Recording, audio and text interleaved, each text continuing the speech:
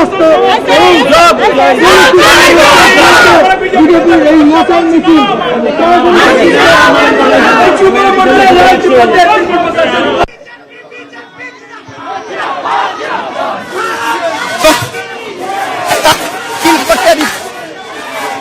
বসে পড়েছেন রাস্তায়। আজ রাজ্য রাজনীতির বাছাই করা কিছু ছবি দিয়ে শুরু করছি জনতার দরবার। মূল ফোকাসে কি থাকবে আসুন শুরুতেই দেখি। একদম শুরুতেই বিস্ফোরক মমতা, যে ছবি শুরুতেই দেখলেন তিনি নাচের তালে মেতেছেন, তিনি ধামসা বাজাচ্ছেন, তার আগেই দামামা বাজি দিয়ে গেছেন অমিত শাহর বিরুদ্ধে। দেখাবো আপনাদের, বলেছেন ত্রিপুরায় হামলা শাহের নির্দেশে। 2 নম্বর ইস্যু, ত্রিপুরায় কি কাস্তে জোড়াফুল কাছাকাছি, মানে সিপিআইএম এবং তৃণমূল কংগ্রেস। 3 নম্বর, এনএসআর থেকে কোনো স্পাইওয়্যার কেনা হয়নি, আজ অফিসিয়ালি রাজ্যসভায় বলল প্রতিরক্ষা মন্ত্রক। এরপর আমরা নজর দেব ওবিসি বিল নিয়ে কেন্দ্রের পাশেই সব বিরোধী, সব বিবাদ ভুলে। এর কারণ কি আলোচনায় আসবে, এবং টিকার আকাল কিন্তু ফ্রি টিকার বিজ্ঞাপনেই 200 কোটির বেশি খরচ করেছে মোদী সরকার।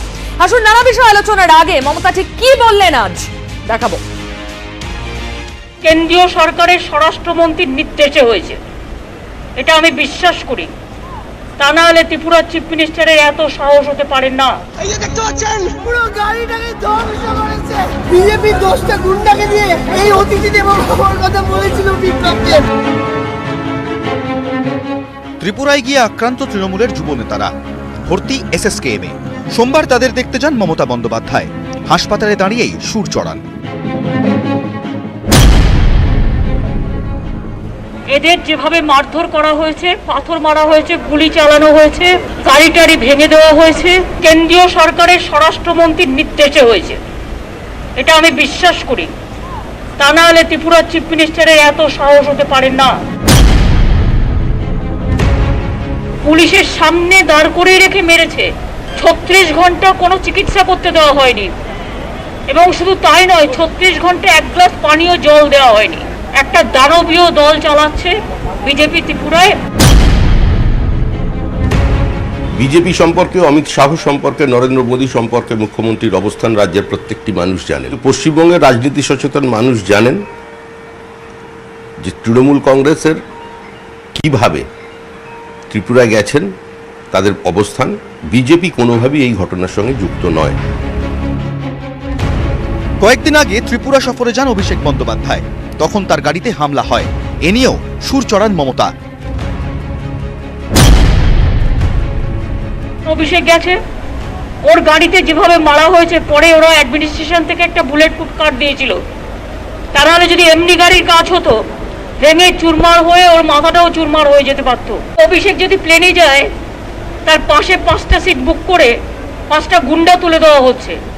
সুতরাং his life is in danger. পাথর আমাদের সারা গায়ে কাজ, সারা মাথায় কাজ। এই যে গাড়ির ভেতর দেখো, সুদীপের মাথা ফাটিয়েছে। দেখো জয়দি, দেখো। ত্রিপুরায় গিয়ে আক্রান্ত, সেখানে পাশে দাঁড়ান অভিষেক। রাত্রি 9:42 আর কলকাতায় পাশে তৃণমূল নেত্রী। বিজেপি তাড়াবো, বিজেপি না তাড়ানো অব্দি আমরা লড়ছি, শেষ রক্তবিন্দু দিয়ে লড়বো। অবশ্যই যাব, লড়াই তো অবশ্যই করতে হবে। ত্রিপুরা জয়ে মরিয়া তৃণমূল। যত দিন যাবে ততই বাড়বে তৎপরতা, মনে করছে রাজনৈতিক মহল। নিউজ 18 বাংলা। আজকে থাকবেন তর্ক সভায়। আমার সঙ্গে এই মুহূর্তে রয়েছেন দেবাংশু ভট্টাচার্য, তৃণমূল কংগ্রেস নেতা। তার পাশে জয়প্রকাশ মজুমদার, বিজেপি নেতা। রয়েছেন পার্থপ্রতিম বিশ্বাস, সিপিআইএম নেতা। রয়েছেন কংগ্রেস নেতা সুমন রায়চৌধুরী এবং রাজনৈতিক বিশ্লেষক সম্বিত পাল। প্রত্যেক অতিথিকে শুরুতে আমার অনুরোধ থাকবে, কেউ ওভারল্যাপিং করবেন না, একে অন্যের ওপর কথা বলবেন না এবং নিজেদের বক্তব্য সংক্ষিপ্ত রাখবেন। জয়দা, শাহর নির্দেশে এই হামলা হয়েছে, পরিষ্কার মমতা বন্দ্যোপাধ্যায়। দেখুন, জাতীয় স্বরাষ্ট্রমন্ত্রীর ওপর এইভাবে দোষারোপ একজন রাজ্যের মুখ্যমন্ত্রী, এটা কিছুটা হলেও দায়িত্বজ্ঞানহীন মন্তব্য। তার কারণ এই পশ্চিমবঙ্গে যখন শয়ে শয়ে বিজেপি কর্মী খুন হন এবং সারা ভারতের মধ্যে আইন শৃঙ্খলার অবস্থা সবথেকে খারাপ পশ্চিমবঙ্গে, এবং একটা পশ্চিমবঙ্গ এমন একটা রাজ্য হিসেবে প্রকাশিত হয়েছে যেখানে রাজনীতি এবং হিংসা আলাদা করা যাচ্ছে না, অন্য কোনো রাজ্যে নেই। 5টা রাজ্যে নির্বাচন হয়েছিল, 4টে রাজ্যে দেখুন কোনো হিংসা নেই। আর ভোট পরবর্তী ক্ষেত্রেই হিংসাতেই এখানে 40 জনের বেশি বিজেপি কর্মী খুন হলো। এনএইচআরসি এমন একটা রিপোর্ট দিতে বাধ্য হলো, ফ্যাক্ট ফাইন্ডিং কমিটি বলতে বাধ্য হলো যে এই রাজ্যে শাসকের শাসন আছে, আইনের শাসন নেই। সেই অবস্থাতে আমরা বলি না যে মাননীয়ার নির্দেশে এই খুনগুলো হয়েছে, কারণ আমরা দায়িত্বজ্ঞান সম্পূর্ণ রাজনৈতিক দল। সুতরাং এই অমিত শাহ সম্বন্ধে মানে জাতীয় স্বরাষ্ট্রমন্ত্রী সম্বন্ধে এইভাবে লঘু মন্তব্য হঠাৎ বলে দেওয়া, এটা একটুখানি আমার মনে হয়েছে একজন রাষ্ট্রনেতা মানে মমতা বন্দ্যোপাধ্যায়ের মতন এখন সবাই বলছেন ন্যাশনালি একজন ইম্পর্টেন্ট নেতা, ভারতীয় ক্ষেত্রে রাজনীতিতে রাজনৈতিক লড়াই থাকতে পারে কিন্তু এরকম লঘু মন্তব্য না হওয়াই বাঞ্ছনীয়। ন্যাশনাল শব্দটা খুব গুরুত্বপূর্ণ। আমি এই প্রসঙ্গে আসার আগে দেবাংশুর উত্তর। দেবাংশু,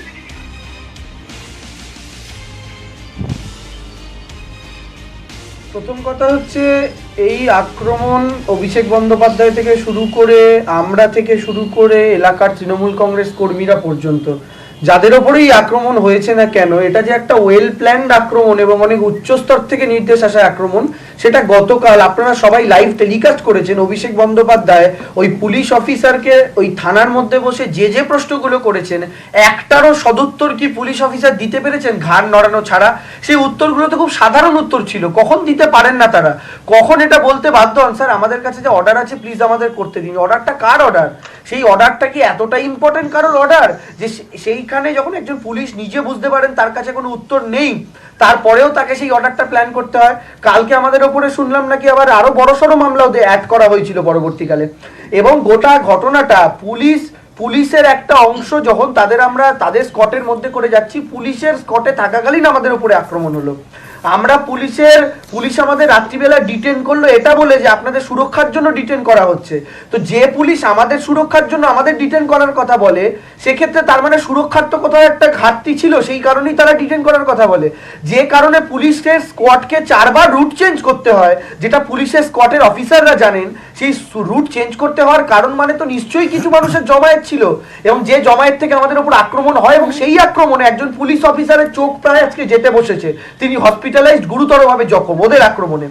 এই যে গোটা ঘটনাচক্র, যেটা অভিষেক বন্দ্যোপাধ্যায়ের গাড়িতে অ্যাটাক করা থেকে শুরু হয়েছিল, যেটা গতকালকে পর্যন্ত চললো এবং মিথ্যা মামলা একের পর এক জুড়ে দেওয়া কয়েক ঘন্টার ব্যবধানে, সেই ঘটনাগুলো এটাই প্রমাণ করে যে এটা কোনো ছোটখাটো নেতা নেত্রীর নির্দেশ নয়, এই নির্দেশটা স্বয়ং দিল্লি থেকে আসছে। কারণ বিজেপি নিজেরাও বুঝতে পারছে ত্রিপুরাতে তাদের মাটি এখন কতটা দুর্বল হয়ে গেছে। আরে 3 বছরের সরকার আজ অব্দি পূর্ণ মন্ত্রিসভা গঠন করতে পারেনি, এতটা দুর্বল সরকারের অবস্থা। ফলে এরা বুঝতে পারছে যাই নির্দেশ আসুক অমিত শাহ লড়াই আমরা থামাচ্ছি না। দেবাংশু যেসব কথাগুলো বললো সেগুলো সবগুলোই প্রতিফলিত হলো আসলে পশ্চিমবঙ্গের এখানকার অবস্থাটা, যে পুলিশ কিভাবে মিথ্যে মামলা দেয়, এখানে হাজার হাজার মিথ্যে মামলা দেয়, এবং এখানে কতজন এখানে পুলিশের কাছে গিয়ে কমপ্লেন করলে তারা মামলা নেয় না। এনএইচআরসি রিপোর্টে ভুড়ি আছে। আর এনএইচআরসি প্রসঙ্গে আজকে কুণাল ঘোষ ত্রিপুরা সাংবাদিক বৈঠক করে জয়দা বলেছেন, জাতীয় মানবাধিকার কমিশন কোথায়, কেন তারা ত্রিপুরার দিকে নজর দিচ্ছে না? ঠিক আছে, তারা জাতীয় মানবাধিকার কমিশনের কাছে যেতেই পারেন, সে স্বাধীনতা তাদের আছে, এবং এসে থাকতে যদি ত্রিপুরার হাইকোর্ট বা ত্রিপুরার উচ্চ কোর্ট যদি তখন তাদের বলে ফ্যাক্ট ফাইন্ডিংয়ের দরকার আছে, নিশ্চয়ই অ্যাপয়েন্টেড হবে। এখানে তো 5 জনের জাস্টিসের বেঞ্চ যেটা ছিল, তারা হুকুম করেছিল যে আপনারা ফ্যাক্ট ফাইন্ডিং করে আমাদের রিপোর্ট দিন। আমি আসছি যে আসলে এই রাজ্যের যে শাসনের অবস্থাটা সেইটাই বারবার দেবাংশু বা তৃণমূল কংগ্রেস বলছে। আমার একটাই শুধু অনুরোধ, রাজনীতির জায়গায় 1 মিনিট। কুণাল ঘোষ আরো বলছেন জয়দা, ত্রিপুরার পুলিশ নিরপেক্ষ হতে ভয় পাচ্ছে, তারা আশ্বস্ত করছে না 1.5 বছর নিরপেক্ষ থাকুন, তারপরে আপনারা স্বাধীনভাবে কাজ করতে পারবেন। কুণাল বাবুর মতন করে বলবেন, আমি সেই ব্যাপারে আমি কিছু মন্তব্য করছি না। আমি শুধু বলছি একটাই কথা, রাজনীতির জায়গায় থাকুক, মানুষের জীবনে রাজনীতি থাকুক, ভারতীয় গণতন্ত্রের রাজনীতি থাকুক, কিন্তু রাজনীতি আর হিংসা যেন এক জায়গায় না হয়ে যায়, এবং এই বাংলার যেটা অভিশাপ সেই অভিশাপ একটা বক্তব্য আপনাকে শোনাই, তারপরে উত্তর দেবেন প্লিজ। আপনারাও শুনুন। যখন এ রাজ্যে জেপি নাড্ডার কনভয়ের উপর হামলা হয়েছিল তখন 3 আইপিএস কে অ্যাটাচ করা হয়েছিল। অভিষেকের গাড়িতে হামলা হলো, ত্রিপুরায় কজনকে অ্যাটাচ করা হলো শুনুন। বিজেপি সভাপতি পশ্চিমবঙ্গে গিয়েছিলেন, তৃণমূলের ছেলেরা নীতিগতভাবে কালো পতাকা দেখিয়েছিল, সন্ত্রাস করেনি, মারামারি করছিল বিজেপির গোষ্ঠীকন্দল। 3 জন আইপিএস কে অ্যাটাচ করা হয়েছিল। অভিষেক বন্দ্যোপাধ্যায় তৃণমূল কংগ্রেসের সর্বভারতীয় সাধারণ সম্পাদক, তার উপর হামলা, গ্রেফতার হয়নি। কজনকে অ্যাটাচ করা হয়েছে? জাতীয় মানবাধিকার কমিশন কই? ভিডিওগুলো দেখুন, যাদের মাথা ফেটেছে কথা বলুন। বিজেপির অধিকার কমিশন, দালাল কমিশন ত্রিপুরায় অবিলম্বে আসুন। জয়দা, না অবিলম্বে আসুন, কুণাল বাবু চিৎকার করে ডাকলে ওনারা দিল্লিতে কান পেতে শুনে চলে আসবেন, এরকম তো নয় সিস্টেমটা। এটা হাওয়া গরম করা কথা। আসলে এখানে মানবাধিকার কমিশন এসেছিলেন কিভাবে? প্রকৃত তথ্য নিয়ে গিয়ে হাইকোর্টে মামলা হয়েছিল। হাইকোর্টের 5 বেঞ্চের জাজের যে বেঞ্চ, তারা শুনে মানবাধিকার কমিশনকে বলেছিল তোমরা কমিটি করে ফ্যাক্ট ফাইন্ড করে আমাদের রিপোর্ট দাও। তো ওনারাদেরও খোলা আছে সেই রাস্তা, সেই রাস্তাতে যাচ্ছেন না কেন?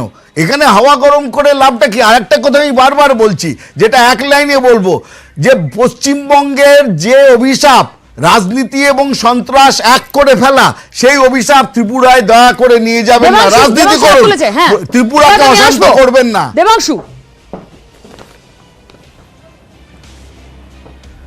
প্রথম কথা হচ্ছে জেপি নাড্ডার গাড়িতে কারা হামলা করেছিল, ইটটা কারা মেরেছিল সেটা স্পষ্ট করে দেখা যায়নি। কেউ কেউ বলেন তার পেছনে নাকি রাকেশ সিং এর গাড়ি ছিল, যিনি ঝুলতে ঝুলতে যাচ্ছিলেন, তিনি ইটটা মেরেছিলেন। অভিষেক বন্দ্যোপাধ্যায়ের গাড়িতে যারা পাথর মারলো বিজেপির ঝান্ডা নিয়ে, তাদের ফুটেজটা স্পষ্ট সোশ্যাল মিডিয়া অ্যাভেলেবেল আছে জয়প্রকাশ দা। এটা নিয়ে আমরা পুলিশের কাছে গিয়ে মামলা দায়ের করে এসেছি, আমি নিজে ছিলাম সেই টিমের মধ্যে। আজকে গতকালকে গত পরশুদিন আমাদের উপরে আক্রমণের দিনটা যদি আপনি ধরেন, সেই দিন পর্যন্ত একজনকে অ্যারেস্ট করতে পারলো না পুলিশ। একটা পুলিশকে সরানো তো বাদ দিন, যারা আক্রমণ করলো তাদের একজনকে অ্যারেস্ট করা গেল না। জয়প্রকাশ দা, কালকে আমাদের সঙ্গে যেটা হয়েছে ওটা সাউথের সিনেমাতে এরকম আমরা দেখি, ওটা কালকে 2 দিন আগে চোখের সামনে এক্সপিরিয়েন্স করলাম আপনাদের সৌজন্যে, এবং কি বিভীষিকাময় ঘটনা। আমি পরের বার ত্রিপুরা গেলে আমার গাড়িতে আপনার সঙ্গে আমাকে বসাবো, বিশ্বাস করুন, এবং আপনার মাথাটা আমি আসবো আপনার কাছে। আমি সম্বিতের রিঅ্যাকশন নেব খুব দ্রুত, সংক্ষেপে সম্বিত। দেখুন, এইগুলো হচ্ছে রাজনৈতিক তরজা চলতেই থাকবে। এখন অমিত শাহ নির্দেশে এই হামলা হয়েছিল না মমতা বন্দ্যোপাধ্যায়ের নির্দেশে জেপি নাড্ডার গাড়ির উপর হামলা হয়েছিল, এইগুলো রাজনীতির মানুষজনরা এগুলো তুলবেনি। কিন্তু মূল যেটা বিষয় এখানে দেখতে হবে যে প্রশাসন কতটা সক্রিয়, এবং এই নিয়ে তো কোনো সন্দেহ নেই যে প্রশাসন তখনই সক্রিয় হবে যখন প্রশাসনিক কর্তারা যারা আছেন, যারা মাথায় বসে রয়েছেন প্রশাসনের, তারা এই বিষয়ে সক্রিয় হবেন এবং শক্ত হবেন।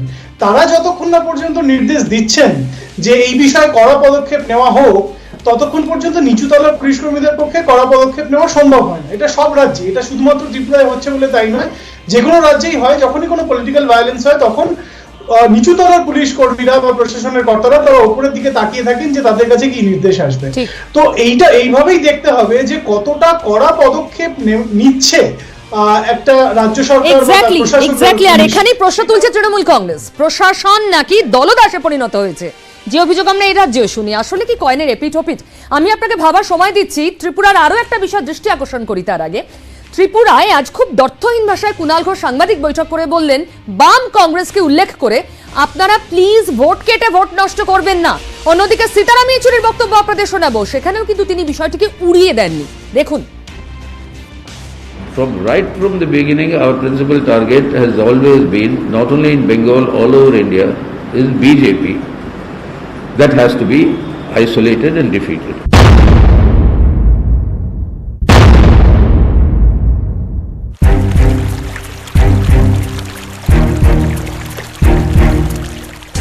শত্রুর শত্রু বন্ধু, রাজনীতির এই অঙ্ক কি ত্রিপুরায় কাছাকাছি আনবে তৃণমূল সিপিআইএমকে? এই প্রশ্নই এখন ঘুরপাক খাচ্ছে রাজনৈতিক মহলে।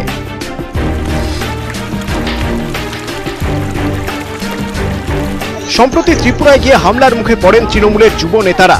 ঘাসফুল শিবিরের পাশে দাঁড়ায় ত্রিপুরা সিপিআইএম এর রাজ্য সম্পাদক মণ্ডলী। বিবৃতিতে লেখে, এই হামলা রাজ্যের শাসক দলের ফ্যাসিস্ট আচরণ। বিজেপি রাজত্বে ত্রিপুরায় মত প্রকাশের স্বাধীনতা নেই, গণতন্ত্র নেই। এরপরই জল্পনা শুরু হয়, তবে কি ত্রিপুরার কুর্সি থেকে বিজেপিকে হঠাতে এক নৌকায় সওয়ার হবে তৃণমূল এবং সিপিআইএম? হ্যাঁ বললেন না, নাও বললেন না Sitaram Yechury. Right from the beginning, our principal target has always been, not only in Bengal, all over India, is BJP. That has to be isolated and defeated. এদিন সিপিআইএম এর উদ্দেশ্যে বার্তা কুণাল ঘোষের। কংগ্রেস বামপন্থীদের অনুরোধ করব, আপনারা ভোট কেটে ভোট নষ্ট করছেন কেন? বিপ্লব দেবের পদত্যাগ সুদীপ রায়বর্মনও চাইছেন, ফলে সুদীপ রায়বর্মন দিল্লি গিয়ে বিপ্লব দেবের পদত্যাগ চাইছেন। ফলে বিজেপি যেন ঠিক করে নেয়, যেটা জেনে রাখে যে শুধু ত্রিপুরার মানুষ নয়, বিজেপির ভেতর থেকে বলছে যে এই মুখ্যমন্ত্রী চাই না। রাজনীতির আঙিনায় দুই কট্টর বিরোধীকে আগেও হাত মেলাতে দেখেছে দেশবাসী। ভোটের আগে এসপি বিএসপি, আরজেডি জেডিইউ, ভোটের পরে কংগ্রেস শিবসেনা। কংগ্রেস শিবসেনা তো জোট করে মহারাষ্ট্রে সরকারও চালাচ্ছে। এই ছবি কি ত্রিপুরাতেও দেখা যাবে? জোরালো হচ্ছে জল্পনা। ক্যামেরা জ্যোতির্ময় বসুর সঙ্গে আবির ঘোষাল, নিউজ 18 বাংলা। পার্থপ্রতিম দা, পিউ, আমি প্রথমে বলবো যে দেবাংশু বা সুদীপ বা জয়া, যারা রাজনীতিতে পরের প্রজন্ম, তারা যেভাবে গিয়ে ত্রিপুরায় যে আক্রমণের মধ্যে পড়েছেন, এবং আমি তাদের সুস্থতা কামনা করি প্রথম রাজনীতির আলোচনায় আসার আগে। আমি এই কারণের জন্য বলছি যে ত্রিপুরা সম্ভবত আরও একটা ক্লাসিক উদাহরণ, সেখানে দেখিয়ে দেওয়া হচ্ছে যে বিজেপি আসলে দলটা কেমন। দেখুন, আমি আপনাকে একটা জিনিস বলি, আপনি তো বামপন্থী, আমাদের ওখানকার সিপিআইএম এর স্টেট সেক্রেটারিয়েটের বা বামফ্রন্টের বিবৃতি পড়ে শোনালেন। আমি এখন যার বিবৃতি পড়ে শোনাচ্ছি, আপনি একটু চমকে যাবেন। তিনি হচ্ছেন এনসি দেব বর্মা। তিনি হচ্ছেন ওই রাজ্যের ত্রিপুরার রাজস্ব মন্ত্রী। এই ত্রিপুরার যে সরকার চলছে, বিজেপির জোট, তাদের শরিক। তার কথা হচ্ছে যে আইনের কোনো শাসন ত্রিপুরায় আছে বলে মনে হচ্ছে না, এবং তিনি যখন আক্রান্ত হয়েছেন মে মাসের 20 তারিখের ঘটনা। আমি বলছি যে তার শরিক দলের মন্ত্রী, তার হচ্ছে যদি এই অভিজ্ঞতা হয়, এবং বামপন্থীরা গত 3 বছর ধরে যে আক্রমণের মধ্যে পড়েছেন, তাতে প্রাক্তন মুখ্যমন্ত্রী মানিক সরকার বাদ যাননি।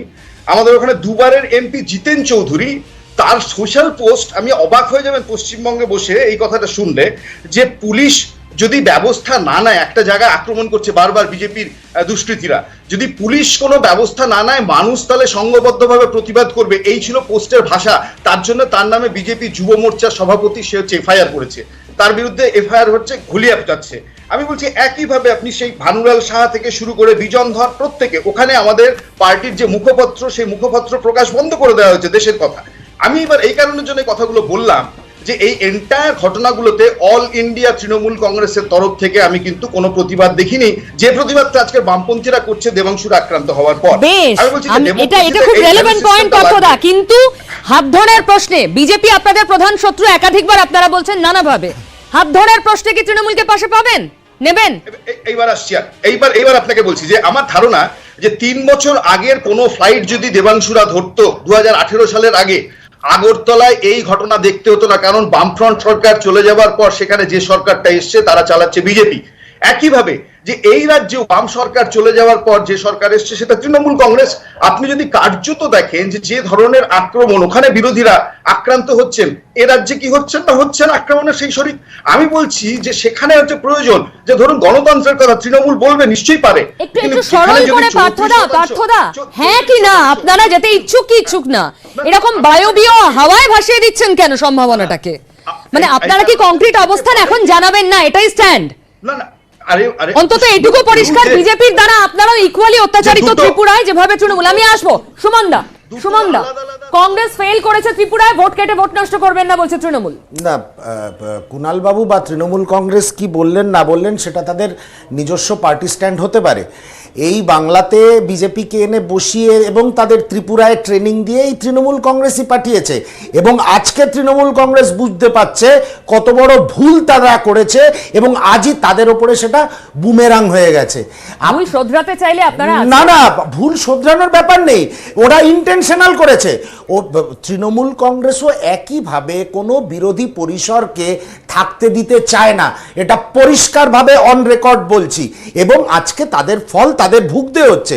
একটু আগে মমতা বন্দ্যোপাধ্যায় বলছিলেন, আপনারা এই প্রতিবেদন দেখালেন যে সিএম এর যথেষ্ট সাহস নেই। যদি অমিত শাহ নরেন্দ্র মোদীর নির্দেশ থাকে, সিএম এর যথেষ্ট সাহস থাকে, তা নইলে একটা সামান্য কার্টুন আঁকার জন্য অম্বিকেশ মহাপাত্রকে জেল খাটতে হতো না, আর একজন আইপিএস অফিসারকে কম্পালসারি ওয়েটিং এ উত্তর নেব, কিন্তু যে প্রশ্নটা আমি আপনার কাছে রেখেছি তার কোনো উত্তর আছে? তৃণমূল আবেদন করছে আপনারা ভোট কেটে ভোট নষ্ট করবেন না, কংগ্রেস কি চাইছে, নাকি এটাও সিপিএম এর মতো বায়বীয়? না না, বায়বীয় না। কোনো উত্তর আমি যদি কেন উত্তর নেই, আমি যদি হাইপোথেটিক্যালি ধরে নিই মমতা বন্দ্যোপাধ্যায়ের দেওয়া স্টেটমেন্ট যে যেখানে সরকারি দল বা প্রধান বিরোধী শক্তি সে সেখানে বিজেপির মোকাবেলা করবে, তাহলে আপনারা ত্রিপুরা গেলেন কেন? আপনারা কংগ্রেস বা বামপন্থী দলগুলোকে শেষ করার জন্য ফেল করেছে বলছে তৃণমূল। তৃণমূল কি রাজনৈতিক বিচারক নাকি? কংগ্রেস কি শক্তিশালী ত্রিপুরায়? তৃণমূল কি রাজনৈতিক বিচারক? দেবাংশু রাজনৈতিক বিচারক নয়। পার্থদা আমি আসবো, পার্থদা আসবো। প্রথম কথা হচ্ছে এই শোতে যে বিজেপির দুজন প্রতিনিধি আছে আমি জানতাম না, ত্রিপুরার আলোচনায়। যাই হোক, ঠিক আছে, মিনিমাম লজ্জা থাকা উচিত দেবাংশু। পার্থদার প্লিজ ওভারল্যাপ করতে বারণ করেছে একদম শুরুতে, না প্লিজ বলবেন, সময় মতো বলবেন, কথা বললে আমি আসবো, সময় মতো বলবেন প্লিজ। আশা করি আপনি আপনার বংশ পরিচয়টা আপনার ভাষার মাধ্যমে। প্লিজ বংশ পরিচয় না, এখানে কোনো ব্যক্তিগত আক্রমণ না দেবাংশু, প্লিজ না। আমি প্রত্যেককে অনুরোধ করব না, সুমন না, যেমন আপনি ওভারল্যাপ করবেন না। দেবাংশু কোনো ব্যক্তি আক্রমণ নয়, আমার বংশ পরিচয়ের উত্তর আমি। সময় নষ্ট করবেন না প্লিজ, আমরা এখানে একটা কার্যকরী আলোচনার জন্য তাকিয়ে আছি। প্লিজ নয় দেবাংশু, নয় ব্যক্তি আক্রমণ নয়, আপনি রাজনৈতিক আক্রমণ করুন। আপনার সময় বলিনি আপনি চুপ থাকবেন, আপনার সময় আপনি বলবেন। একজন মধ্যমানের ছড়াকারের কাছ থেকে আমি আমার বংশ পরিচয় নেব না, সেটা বলি। পার্থদা একটা খুব দেবাংশু শেষ করুন। পার্থদা যে কথাটা বললেন আমি সেটার কথাটার উত্তর দিই প্রথমে। হ্যাঁ, পার্থদা যেটা বললেন সেটা হচ্ছে যে তৃণমূল কংগ্রেস সেই সময় যদি বলতো, পার্থদা হয়তো খুব ভালো মতো জানে 2018 সালের নির্বাচনের পর তৃণমূল কংগ্রেসের সেভাবে ত্রিপুরার মাটিতে অস্তিত্ব ছিল না। এমনকি এখনো পর্যন্ত ত্রিপুরায় তৃণমূল কংগ্রেসের কোনো কমিটি গঠন হয়নি, যেটা আগামী দিনে আস্তে আস্তে হবে, তো এবং খুব তাড়াতাড়ি হবে। ফলে তৃণমূল কংগ্রেস যে রাজ্যটায় অস্তিত্ব ছিল না সেইভাবে, সেই রাজ্য নিয়ে বিবৃতি দেওয়ার মতো জায়গায় তৃণমূল কংগ্রেস ছিল না। আজকে ধরুন কেরালার মাটিতে কোনো বিরোধী কেউ আক্রান্ত হলে সেখানে তৃণমূল কংগ্রেস বিবৃতি দেওয়ার মতো জায়গা আজকের দিনে নেই, এটা তো বাস্তব কথা। কিন্তু সিপিএম আজকের দিনেও দাঁড়িয়ে ত্রিপুরাতে বিবৃতি দেওয়ার জায়গায় রয়েছে, কারণ অফিসিয়ালি বিজেপি বিধানসভায় বিরোধী দল। কংগ্রেস জায়গায় আছে কারণ অফিসিয়ালি শেষ লোকসভা নির্বাচনে কংগ্রেস দ্বিতীয় বৃহত্তম দল হয়েছে অ্যাজ পার ভোট পার্সেন্টেজ। ফলে এই তুলনাটা কখনোই আসে না। ঠিক যেমন আজকে যদি ধরুন উত্তরপ্রদেশে কোথাও একটা কিছু ঘটনা ঘটলো, সেক্ষেত্রে তো সিপিএম আর একটা ঘটনা নিয়ে বিবৃতি দেওয়ার মতো জায়গায় থাকবে না। এবার আমার তৃণমূলের নতুন স্ট্র্যাটেজি কি? তৃণমূল যেমন একটা স্লোগানকে সামনে রেখে এ রাজ্যে নির্বাচনে বাজিমাত করেছে, ত্রিপুরাতেও তারা চাইছে স্লোগান সামনে রেখে এগোতে। কি স্লোগান দেখুন।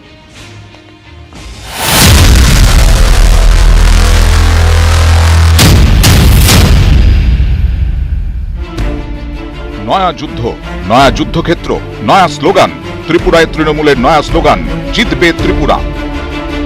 আগে ছিল এবার ত্রিপুরা, এখন দেখছেন জিতবে ত্রিপুরা, এবং কয়েক মাস বাদে দেখবেন জিতলো ত্রিপুরা। ত্রিপুরা বিজেপি নেতৃত্বের বক্তব্য অনুযায়ী এই রাজ্যে তৃণমূল কংগ্রেস তাদের কোনো সাংগঠনিক ভিত্তি তৈরি করে উঠতে পারেনি। যদিও তৃণমূল কংগ্রেস মনে করছে আগামী দিনে ত্রিপুরাতে তারাই সরকার গঠন করতে পারবে, ফলে তাদের আত্মবিশ্বাস মানুষের কাছে পৌঁছে দেওয়ার জন্যই এবার ত্রিপুরাকে জিতবে ত্রিপুরা এই স্লোগানে বদলে ফেলা হয়েছে।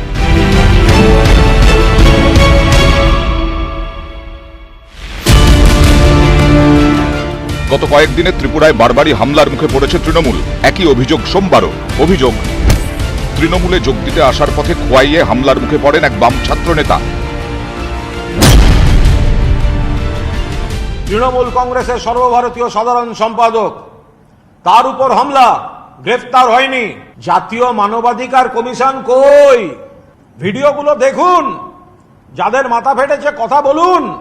বিজেপির অধিকার কমিশন, দালাল কমিশন ত্রিপুরায় অবিলম্বে আসুন। এদের মূল এজেন্ডাই হচ্ছে এরা কিছু মিথ্যের বিস্বাতি করবে, এরা মানুষকে বিভ্রান্ত করবে, এরা একটা গন্ডগোল বাঁধানোর চক্রান্ত করবে এবং গুন্ডাগর্দি, ওরা যেখানে ক্ষমতায় আছে সেখানে গুন্ডাগর্দির শেষ সীমা আছে। রবিবার তুলকালাম কাণ্ড ত্রিপুরায়, সোমবার তার রেশ দিল্লির দরবারে। সংসদ ভবন চত্বরে গান্ধী মূর্তির সামনে সুর চড়ালেন তৃণমূল সাংসদরা।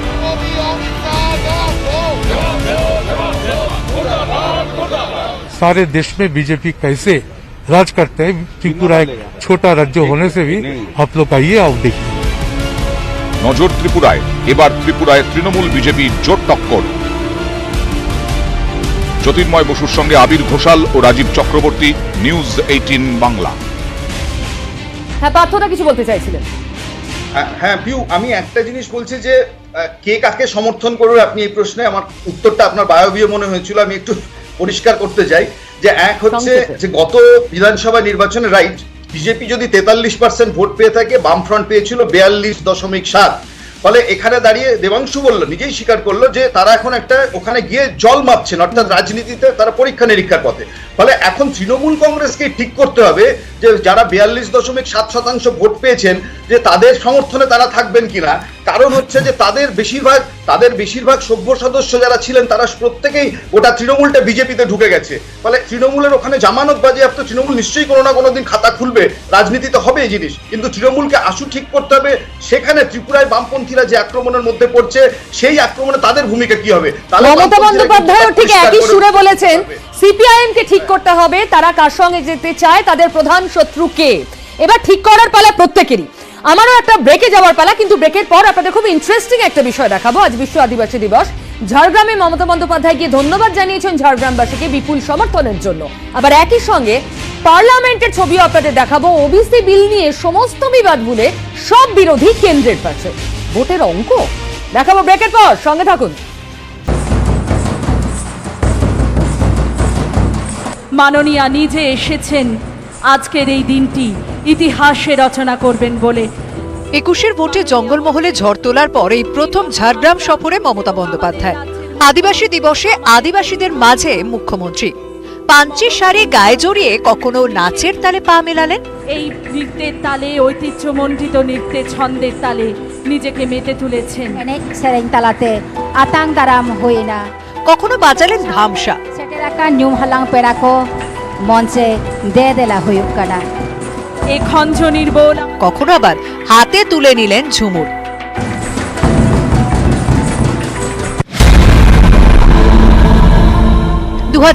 এর লোকসভা ভোটে ঝাড়গ্রামে ভালো ফল করে বিজেপি। 4টের মধ্যে 3টিতে তারা এগিয়েছিল, কিন্তু 21-এ 4 আসনেই তৃণমূলের জয়। সোমবার মুখ্যমন্ত্রীর ভাষণেও উঠে এলো সে কথা। আমরা ধর্মে ধর্মে ভাগ করি না, সবাই কিন্তু আমরা একসাথে কাজ করি। আপনাদের যদি কখনো সমস্যা হয় আমাকে বলবেন, আমি দেখে নেব, কিন্তু কেউ কখনো কোনোদিনও ভুল বুঝবেন না। আপনারা আমাদের অনেক আশীর্বাদ দিয়েছেন। আদিবাসীদের মন পেতে এদিন বেশ কিছু ঘোষণাও করেন মুখ্যমন্ত্রী। মাঝের থানের প্রধান পুরোহিতদের প্রতি মাসে 1000 টাকা করে দেবে রাজ্য সরকার। আদিবাসীদের জমি আদিবাসীরা থাকবে, আমাদের রাজ্য সরকার এই আইন করেছে এবং আমরা চাই সারা ভারতবর্ষ এই আইন তৈরি করুক যাতে আদিবাসীদের অধিকার কেউ কেড়ে নিতে না পারে। মঙ্গলবার ঝাড়গ্রাম থেকে ঘাটালে প্লাবন পরিদর্শনে যাওয়ার কথা মমতা বন্দ্যোপাধ্যায়।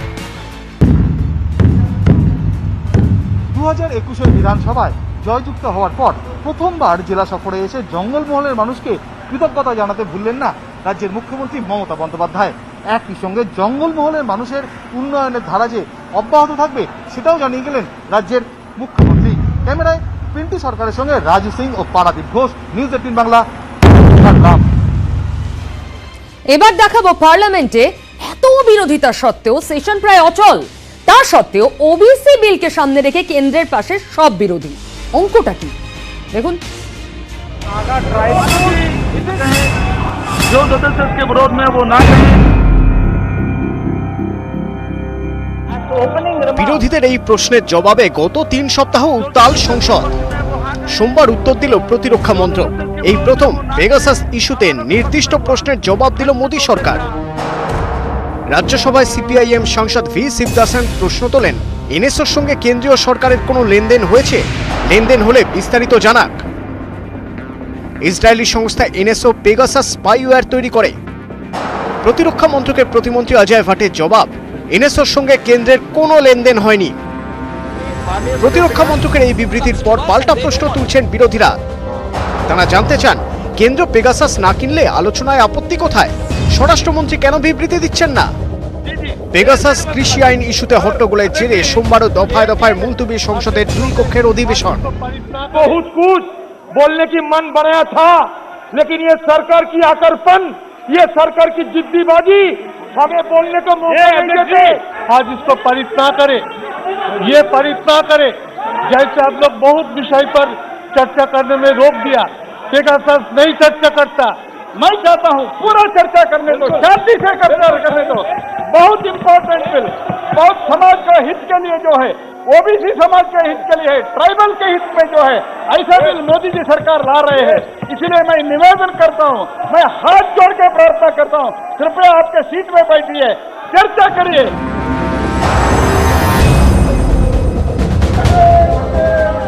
সোমবারই লোকসভায় ওবিসি সংশোধনী বিল পেশ করে কেন্দ্র। এক্ষেত্রে কিন্তু শাসক বিরোধী একশো। ওবিসি বিলের বিরোধিতা করা হবে না বলে জানিয়েছে বিরোধী শিবির। নতুন সংবিধান সংশোধনী বিলে অনগ্রসর শ্রেণী চিহ্নিত করার ক্ষমতা থাকবে রাজ্যের হাতে। আগামী বছর উত্তরপ্রদেশ সহ 7 রাজ্যে ভোট। পর্যবেক্ষকদের মতে তাই সবার নজর ওবিসি ভোটে। পরিসংখ্যান বলছে গত 3 সপ্তাহে লোকসভায় মাত্র 14% কাজ হয়েছে, রাজ্যসভায় কাজ হয়েছে প্রায় 22%। সোমবারও এ ছবির বদল হয়নি। মঙ্গল ও বুধবার রাজ্যসভায় সব সাংসদকে উপস্থিত থাকতে হুইপ জারি করেছে বিজেপি। নিউজ 18 বাংলা। সবটাই কি ভোটের অঙ্ক? ওবিসি অনগ্রসর শ্রেণীকে কাছে টানার অঙ্ক? রাজনৈতিক বিশ্লেষক কি মনে করছেন সম্বিত? অবশ্যই তাই, কারণ এই বিলটার প্রয়োজনীয়তা হয়েছে এই কারণেই, সংশোধনী বিলের প্রয়োজনীয়তা হয়েছে এই কারণেই, কারণ সুপ্রিম কোর্ট গত মে মাসে একটি নির্দেশ দেয় যে ওবিসি লিস্টে কোন জাতি থাকবে, পিছিয়ে পড়া জাতি থাকবে, সেটা ঠিক করার দায়িত্ব একমাত্র কেন্দ্রের। তারপরে বিরোধীরা সরব হয় যে এইটা চেঞ্জ করা দরকার, এবং তারপরেই এই সিদ্ধান্ত নেওয়া হয় কেন্দ্রীয় মন্ত্রিসভায় যে এই ওবিসি লিস্টে কারা থাকবে তা ঠিক করার স্বাধীনতা রাজ্যগুলোর হাতেও তুলে দেওয়া হবে। এবং এখানে বিরোধী দলগুলো এটার বিরোধিতা কোনোভাবেই করতে পারবে না, কারণ এতে তাদেরও লাভ রয়েছে। কিন্তু মূল যেটা প্রশ্ন, যে ওবিসির উন্নয়নের ব্যাপারে বা এই পিছিয়ে পড়া জাতিদের উন্নয়নের ব্যাপারে কতটা সদর্থক ভূমিকা এই রাজনৈতিক দলগুলো নিচ্ছে। আজকে আপনি একটি রাজনৈতিক দলের প্রতিনিধিকে জিজ্ঞাসা করুন যে ওবিসি পপুলেশন কত দেশে, কেউ বলতে পারবে না। যে হিসাব দেবে সেটা 1900। বেশ, প্রশ্ন বিশ্লেষকের আমার সঙ্গে এতজন রয়েছেন। সুমনদাকে দিয়ে শুরু করি, জাতীয় কংগ্রেস। সুমনদা, উনি একটা কথা খুব সুন্দর বললেন, ওনার ব্যাখ্যা উনি একজন বিশ্লেষক, ওনার ব্যাখ্যা অত্যন্ত সুন্দর। আজকে যে প্রশ্নটা আপনি তুলেছেন আজকে এই ওবিসি বিল নিয়ে, বিরোধীরা সবসময় সরকারকে কনস্ট্রাকটিভ সাপোর্ট দেবে যখন আমরা দেখব মানুষের পাশে প্রো পিপল কোনো পলিসি কেন্দ্রের সরকার বা রাজ্য সরকার নিচ্ছে, সেটা যে কোনো দায়িত্বশীল বিরোধী দলের দায়িত্ব সেটাকে সমর্থন করা। কিন্তু আমরা যদি দেখতে পাই যে কোনো এমন বিলে সংশোধনী আনা হচ্ছে যার পিছনে কর্পোরেটদের ইন্টারেস্ট জড়িয়ে আছে, সেখানে আমরা নিশ্চয়ই বিরোধিতা করব। যদি আমরা দেখতে পাই আমাদের বিরুদ্ধে স্পাইং করা হচ্ছে, তখন আমরা নিশ্চয়ই বিরোধিতা করব। জয়দা, কনস্ট্রাকটিভ কোনো কিছু হলে সেখানে বিরোধীদের সাপোর্ট আপনারা পাবেনই না। দেখুন, মোদী সরকার প্রথম দিন থেকেই একদম পিছিয়ে পড়া মানুষদের জন্য নিবেদিত একটা সরকার। আজকে তো গত 70 বছরে কেউ ভাবেনি যে গরিব মানুষদের কেন ব্যাংক অ্যাকাউন্ট নেই। সেটা তো নরেন্দ্র মোদী এসেই জনধন প্রকল্পে ব্যাংক অ্যাকাউন্ট, সামান্য ব্যাপার যে সকলের ব্যাংক অ্যাকাউন্ট থাকা দরকার, এটা দীর্ঘ সময় কংগ্রেস ছিল, ভাবেনি কেউ।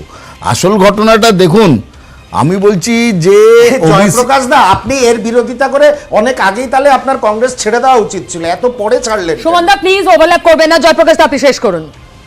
হ্যাঁ, আজকে Birendra Kumar, minister of social justice and empowerment, আজকে যে 127তম অ্যামেন্ডমেন্ট এনেছেন, এটা তো আজকেই আনলেন বলে নয়, এটার প্রস্তুতি অনেক দিন ধরেই হচ্ছিল এবং সেখানটাতে আসলে এই ওবিসিদের এম্পাওয়ারমেন্টের কোয়েশ্চেন। এবার হচ্ছে কি যে রাজ্যকেও অধিকার দেওয়া হচ্ছে তাদের নির্ধারিত জায়গায় কারা ওবিসি সেটা নির্ধারণের। কিন্তু এখানেই একটা সমস্যা দেখা দিচ্ছেন রাজনৈতিক বিশ্লেষক যেটা বললেন। মনে করুন আমাদের রাজ্যে, বলুন তো কোন শরিয়াতে আছে যে ইসলামে শ্রেণীবিন্যাস আছে, তার মধ্যেও আদার ব্যাকওয়ার্ড ক্লাস আছে, ইসলাম ধর্মই বলছে ক্লাসলেস।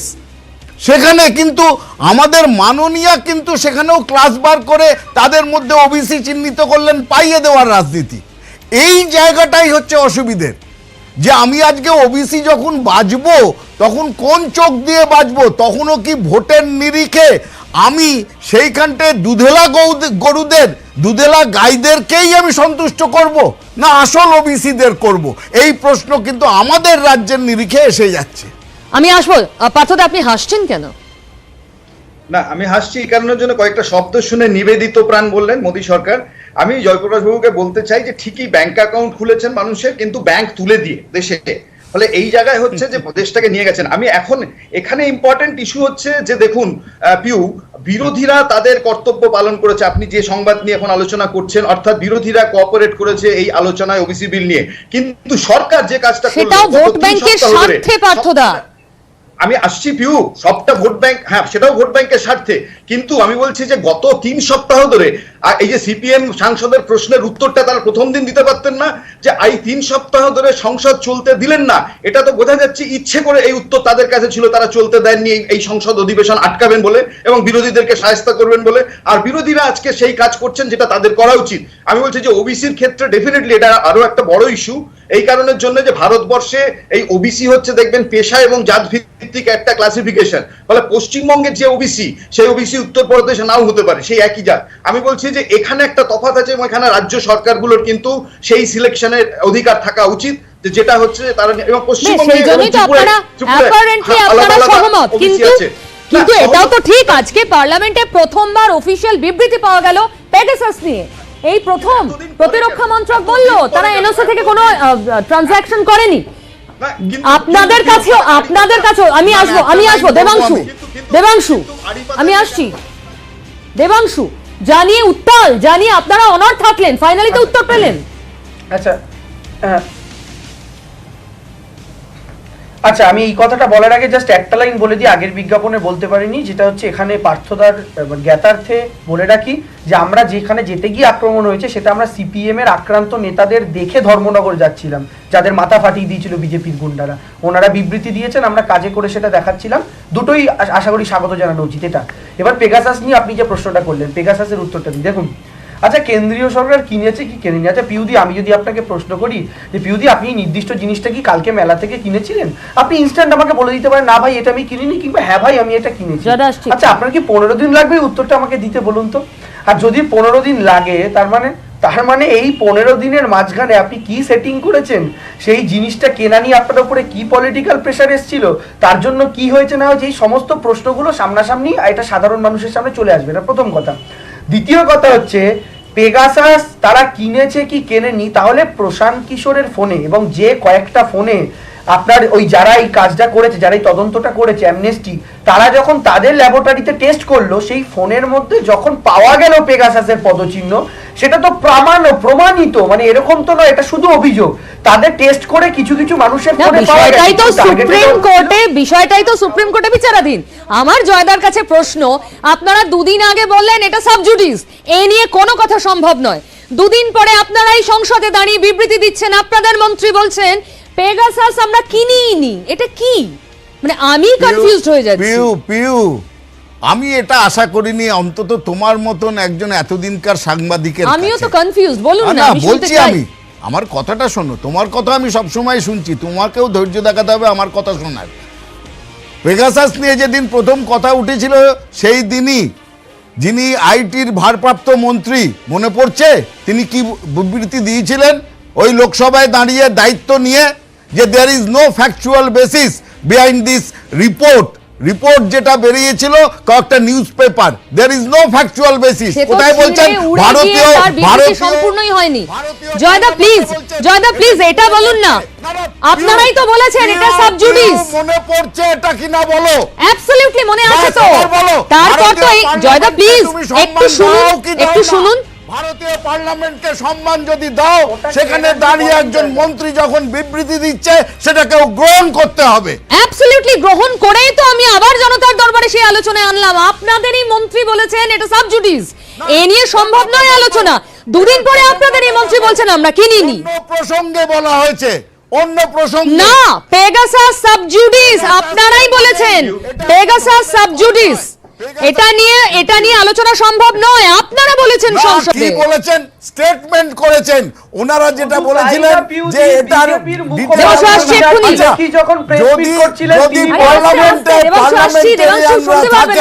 তারা যথেষ্ট এম্পাওয়ার্ড এটা নিয়ে আলোচনার।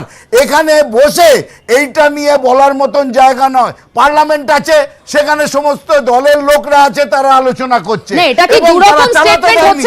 আজকে পেগাসাস নিয়ে আজকে বিরোধীরা এই ভারতের করোনার সময় যেটা আসল উদ্দেশ্য ছিল, তারা এইটা চালাতে দেয়নি। তার কারণ দেশকে পেছিয়ে দিতে চেয়েছে, দেশের শত্রুর কাজ করেছে। এতদিন পরে মুখ খুললেন কেন? যদি নাই হয়ে থাকে তাহলে তো শুরুর দিন থেকে জানতেন যে না কিছুই হয়নি। এতদিন লাগলো কেন আপনাদের বলতে? Exactly, this is a very fundamental question. এই উত্তরটা দিন না জয়দা। না না, ঘটনাটা হচ্ছে আজকে দেখুন না, পার্লামেন্ট শুরু হওয়ার সঙ্গে সঙ্গে পেগাসাস সেইটা আসলো কি, কয়েকটা নিউজ পেপার গ্রুপ বললেন ফ্রম ডিপেন্ডেবল সোর্সেস রিপোর্ট করলো। আমি আপনার সঙ্গে সহমত হয়ে 30 সেকেন্ডের জন্য জয়দা ধরে নিচ্ছি আপনারা যেটা বলছেন সেটাই সত্যি। কেউ কোনো প্রমাণ সেটাই সত্যি, কিন্তু এতদিন পর বললেন কেন? দেবাংশু বললেন অনেক কথা, কোথায় ঠোস প্রমাণ একটাও দিক না। আমি জয়দা আপনার সঙ্গে সহমত হয়ে আপনাকে প্রশ্ন করছি, এতদিন কেন লাগলো? আমি বলছি হ্যাঁ সম্বিত, হ্যাঁ প্লিজ সম্বিত। দেখুন, এটা বিজেপি জয়দার কথা পরিপ্রেক্ষিতে বলি, এটা একটা স্ট্যান্ড বিজেপি নিয়েছে এবং জয়দা তার প্রতিনিধিত্ব করছেন যে এইটা একটা ভুয়ো খবর, এর কোনো ভিত্তি নেই, এই ধরনের একটা স্ট্যান্স নেওয়া হয়েছে। কিন্তু যে খবরের ভিত্তিতে সারা বিশ্বের 15খানা মিডিয়া হাউস এই তদন্ত করলো, নিজেদের মতো করে তথ্য সংগ্রহ করলো, ফরেনসিক টেস্ট করলো, এবং তার ভিত্তিতে ইসরায়েলি সরকার এনএসওর অফিসে সেখানে গিয়ে তারা তদন্ত করছে, যেখানে ফ্রান্সের সরকার তদন্ত করছে নিজেদের মন্ত্রীদের উপরে পেগাসাসের ব্যবহার হয়েছে বলে, সেইখানে এইটাকে এরকম ভাবে উড়িয়ে দেওয়া এবং মানুষকে বোঝানোর চেষ্টা করা যেটা পুরোটাই ভিত্তিহীন, এটা খুব আপত্তিজনক। এইটুকুনি আমি শুধু বলবো। আমি আসবো দেবাংশুর কাছে আসবো, কিন্তু তার আগে একটা ছোট ব্রেকে আমাকে যেতেই হচ্ছে। হাতে একটু সময় নেই, কিন্তু এইটুকু ব্রেক এক্ষুনি ফিরে আসবো, কোথাও যাবেন না। প্রথম কথা হচ্ছে খুব সংক্ষেপে কিন্তু, হ্যাঁ আমার হাতে সময় খুব কম। দিন থেকে করে আসছি, ওটার বেসিক উত্তরটা আজও জয়প্রকাশ বাবুরা দিতে, হ্যাঁ ওটার উত্তরটা জয়প্রকাশ বাবুরা দিতে পারলেন না, কেন এতদিন সময় লাগলো। দ্বিতীয় কথা হচ্ছে পোর্টাল, একটা সংবাদ মাধ্যমের খবর, সেটা গোটা পৃথিবী নিয়ে খবরটা হয়েছে। কংগ্রেসের 2G 3G স্পেকট্রাম ইত্যাদি যে কেলেঙ্কারিগুলো নিয়ে জয়প্রকাশ বাবুরা কথা বলেছেন এতদিন ধরে, যদিও তিনি তখন কংগ্রেসে, কিন্তু বিজেপি বলেছিল তার ম্যাক্সিমামই সংবাদ মাধ্যমের উন্মোচন করা, তার ম্যাক্সিমামই সংবাদ মাধ্যমে ব্রেক করা। আজকে সংবাদ মাধ্যমকে উপেক্ষা করছেন। অন্যান্য দেশ যদি পেগাসাস নিয়ে তদন্ত গঠন করতে পারে, তাহলে ভারতবর্ষ কেন পারলো না? এই প্রশ্নটা আমরা করছি, যেটা তো শুধু ভারতবর্ষের উপরে নয়, আর গোটা দেশ পৃথিবী জুড়ে পেগাসাস নিয়ে যে অভিযোগ উঠেছে, ওটা তো ভারতবর্ষের লোকসভা আছে এখন, ওটা ভেবে ওঠে একই অভিযোগ উঠেছে। সংক্ষেপে জয়প্রকাশ বাবুর জন্য যে 1 নম্বর হচ্ছে যে পেগাসাস কিনেছিলেন কিনা এনএসওর থেকে, এটা প্রথম প্রশ্ন যদি হয়। সেকেন্ড প্রশ্ন ছিল যে পেগাসাস এদেশের মানুষজনের প্রতি ব্যবহার হয়েছিল কিনা।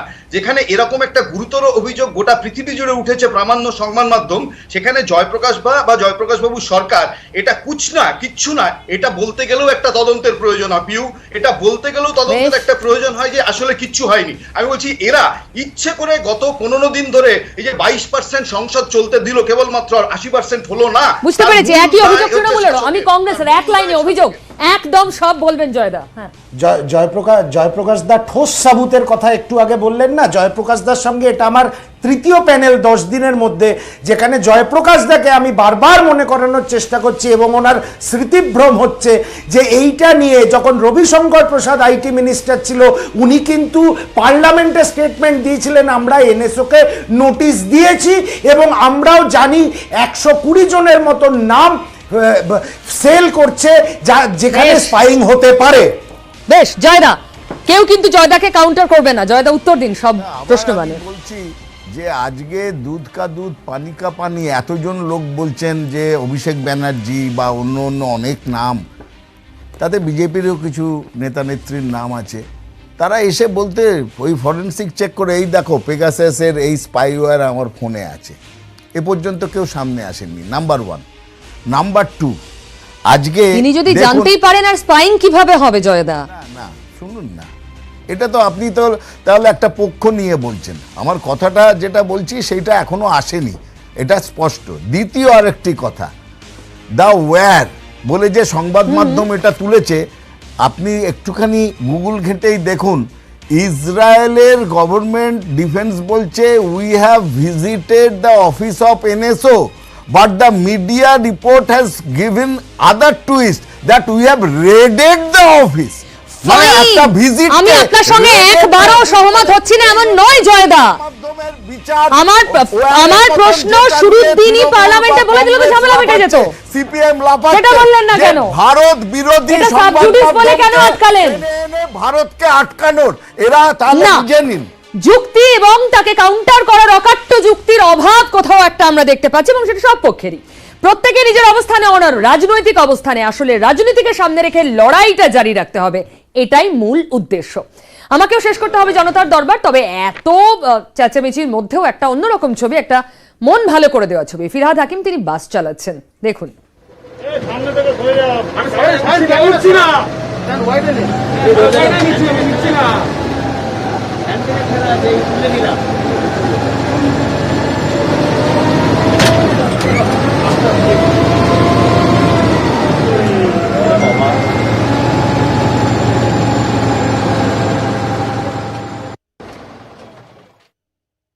भी जादू कर सकते हो।